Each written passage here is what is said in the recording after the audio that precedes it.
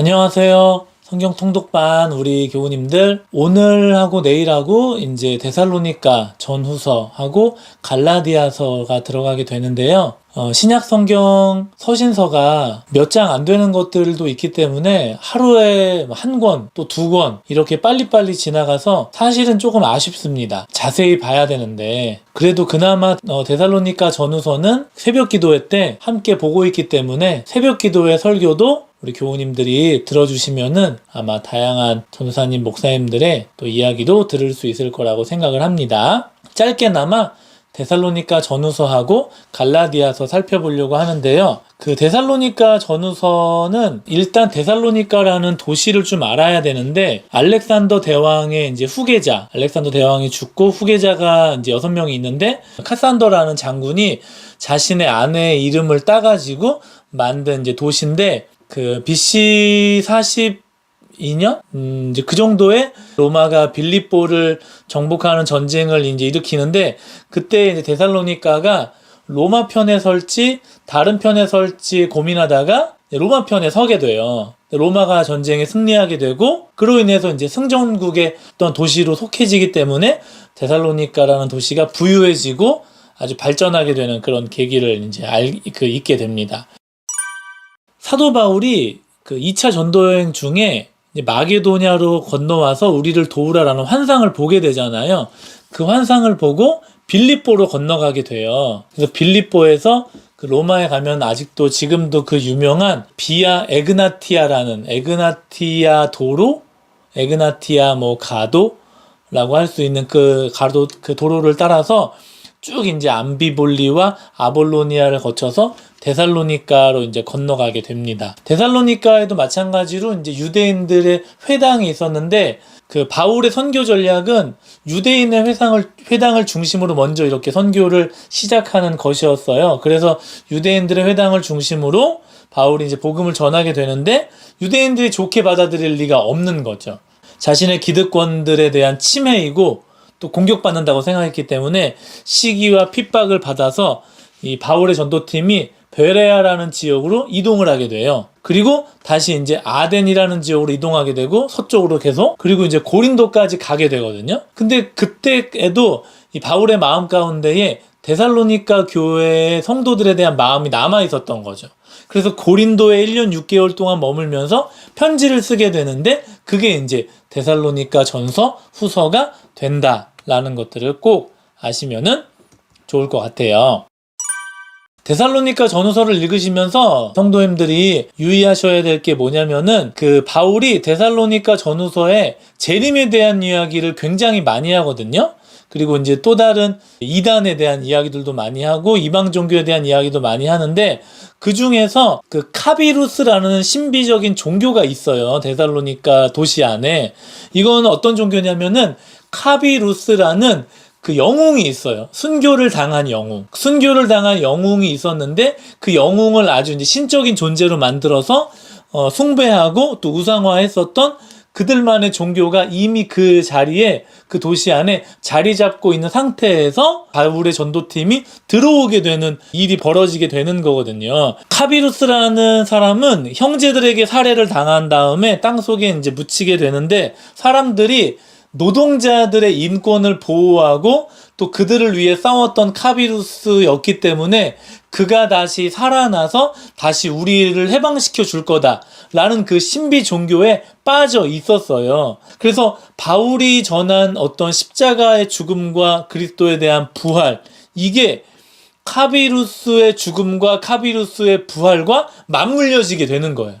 그러니까 데살로니가 사람들은 익히 들어봤었던 이야기를 마치 듣는 듯한 그런 느낌을 이제 받게 되고, 그 결과 3주밖에 머무르지 않았는데 데살로니가에 엄청난 이제 부흥이 일어나게 되는 결과를 가져왔다라는 거죠. 그래서 이 신비 종교가 아주 주류 종교였기 때문에 데살로니가 사람들은 카비루스라는 인물을 동경했고 그 사람이 다시 한번 우리에게 돌아와가지고 우리를 해방시켜 줄 거다라는 마음이 가득했다라는 거예요. 그래서 데살로니가 전서 말미나 후반에 가면은 재림에 대한 이야기를 바울이 이제 하게 되는데, 재림에 대해서 잘못 오해하고 잘못 알고 있었던 데살로니가 사람들에게 정확하게 이 이야기를 좀 해주려는 마음이 있었던 거죠. 그리고 이제 또 한 가지의 좀 혼합 종교가 뭐냐면은 디오니소스라는 신이 있어요. 술의 신. 영어식 발음, 로마식 발음으로는 바카스라고 우리가 이제 읽을 수 있는데, 이 디오니소스가 풍요와 술의 신이어가지고 그리스의 가장 중요한 신 중에 하나인데, 숭배 방식 중에 한 가지가 뭐냐면은 술을 잔뜩 마시고 디오니소스 신전에 가서 거기 이제 여사제들과 이렇게 부적절한 성관계를 갖는, 그러면 디오니소스가 되게 좋아해가지고 우리들에게 풍요롭게 우리를 해준다, 이런 이제 사상을 갖고 있었던 거죠. 이게 이제 왜 문제가 되냐면은 디오니소스 신전에 예배를 드리러 가는 사람이 이미 기독교인이 된 사람들 중에도 있었다는 거예요. 그건 그냥 문화 아니냐, 하나님도 중요하고 그렇지만 난 여기에 예배 드리는 거 이거 좀 어긋나기 좀 쉽지 않다, 어기기 어렵다, 이런 마음. 우리나라에서 교회 열심히 다녀도 조상들에게 제사 드리는 게 그렇게 크게 문제가 되냐. 그게 이제 우리나라 기독교 역사에 되게 초창기 때 엄청 심했기 때문에 초창기 60년대, 70년대 목사님들이 그 부분을 아주 강하게 질타하면서 제사 드리면 절대 안 된다고 이렇게 이야기하는 부분이 아주 심하게 있었었다라는 거를 한 번쯤 그냥 듣고 흘리시면은 좋을 것 같고.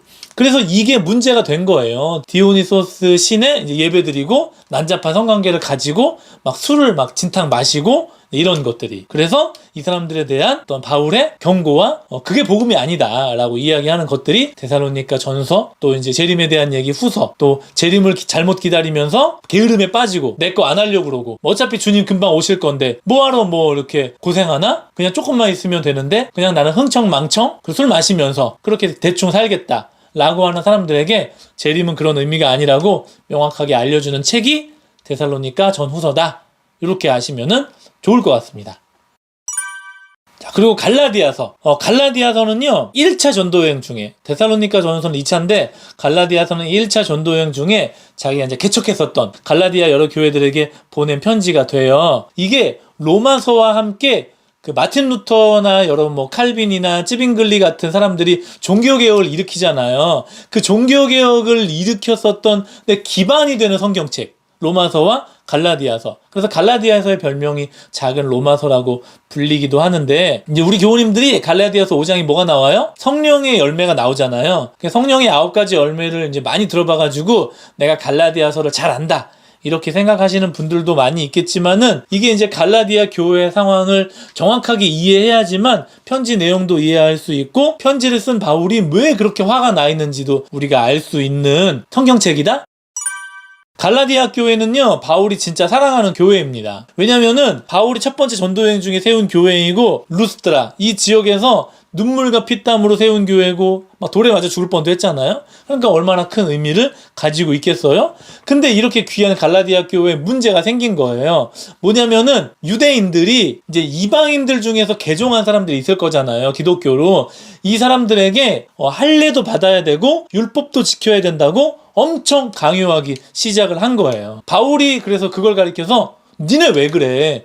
니네는 지금 내가 너희에게 전한 복음이 아니라 다른 복음을 가르치고 있어 라고 이야기를 하고 있는 거죠. 그래서 갈라디아 교인들에게 유대인들이 유대인의 관습, 할례, 모세율법 이런 것들을 받아들이도록 엄청 강요를 하게 됩니다. 근데 여러분, 바울이 전한 복음은 어떤 복음이냐? 오직 믿음으로만 우리가 구원받을 수 있다, 이거거든요. 근데 유대인들이 잘못 가르치는 다른 복음은 뭐냐면은, 아니야, 믿음으로만 어떻게 가? 할례도 받고 율법도 지켜야지. 그래서 바울이 그 유대인들에게는 굉장히 신랄하게 비판을 하고 갈라디아 성도들에게는 잘 달래면서 그렇게 가면 안 된다라고 이야기해 주는 게 갈라디아서의 전체적인 흐름과 맥락이다라고 아시면은 좋을 것 같아요. 여러분들이 갈라디아서가 짧은데 갈라디아서의 가장 큰 쟁점이 되는 이슈 한 가지를 꼭 알고 가셔야 되는데, 뭐냐면은 아브라함의 진정한 자손은 누구냐? 아브라함에게 주신 약속의 진정한 상속자는 누구냐? 이 문장과 이 화두를 가지고 바울이 계속해서 이야기를 풀어나가요. 유대인이 아닌 이방인들에게 유대인들이 계속 할례를 받으라고 했어요. 바울이 유대인들에게 야, 그거는 율법 아래에 속하게 되는 거고 그렇게 되면 종이 되는 거야. 너희들 종 만들려고 그러는 거야? 그러면서 의롭다고 우리가 인정받는 거. 한자로 칭의라고 하는데 그 칭의는 은혜로만 받는 거야. 율법 지킨다고 되는 거 아니잖아. 니네가 만약에 할례로 되돌아가잖아? 그거는 마치 꼭 내 행위로 말미암아 하나님께 인정받으려고 하는 거야. 그러면서 바울이 이것을 어떻게 풀어내냐면은 야, 예수님 믿고 성령 받은 것에 근거해가지고 내가 하나님의 백성이 되는 거야? 아니면은 할례, 안식일, 음식법, 율법 이런 거 다 지키면서 하나님의 백성 되는 거야? 막 물어보기 시작해요.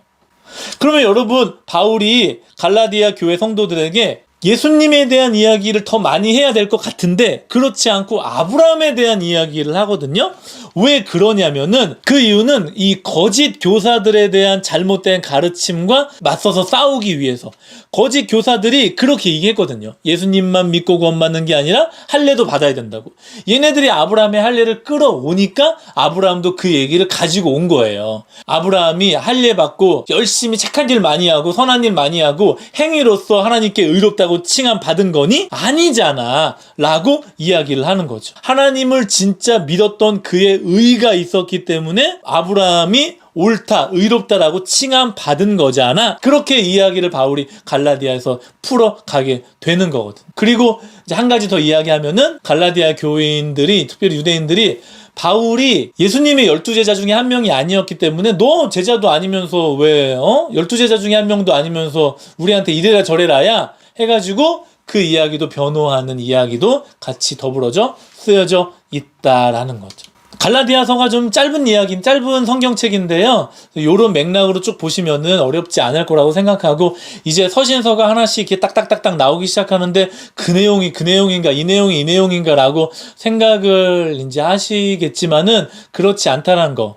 제가 가이드 영상을 이제 좀 만들면서 웬만하면은 배경적인 부분들을 좀 설명을 드리려고 할게요. 짧게라도. 그래야지 여러분들이 이제 읽으면서 원독자의 기분으로 이 편지를 처음 받았던 사람들의 기분으로 이 성경책을 읽을 수 있기 때문에. 그리고 나서 이제 적용은 여러분들이 이제 개인의 묵상에 이제 따라 또 하시면 되니까. 자, 그러면은 짧게 이어지는 서신서들을 너무 지루하다고 생각하지 마시고 하나씩 잘 읽어가시면은 좋을 것 같습니다. 아시겠죠? 자, 그러면은 벌써 주 후반으로 가고 있는데 화이팅이에요. 우리 교우님들 화이팅!